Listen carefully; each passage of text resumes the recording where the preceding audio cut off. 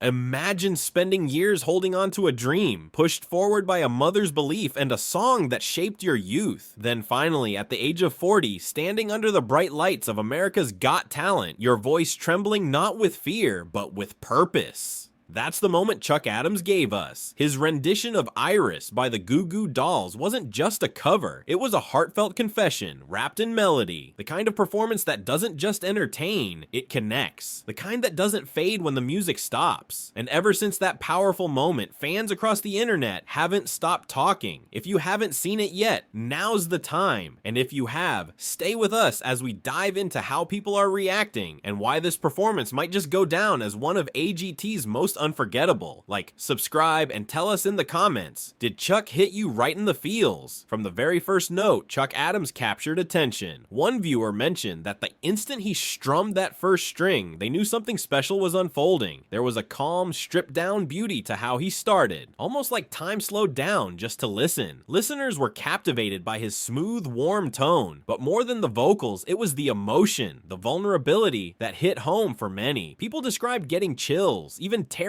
up as Chuck poured his soul into every lyric. As someone noted, you could hear a life story in that voice.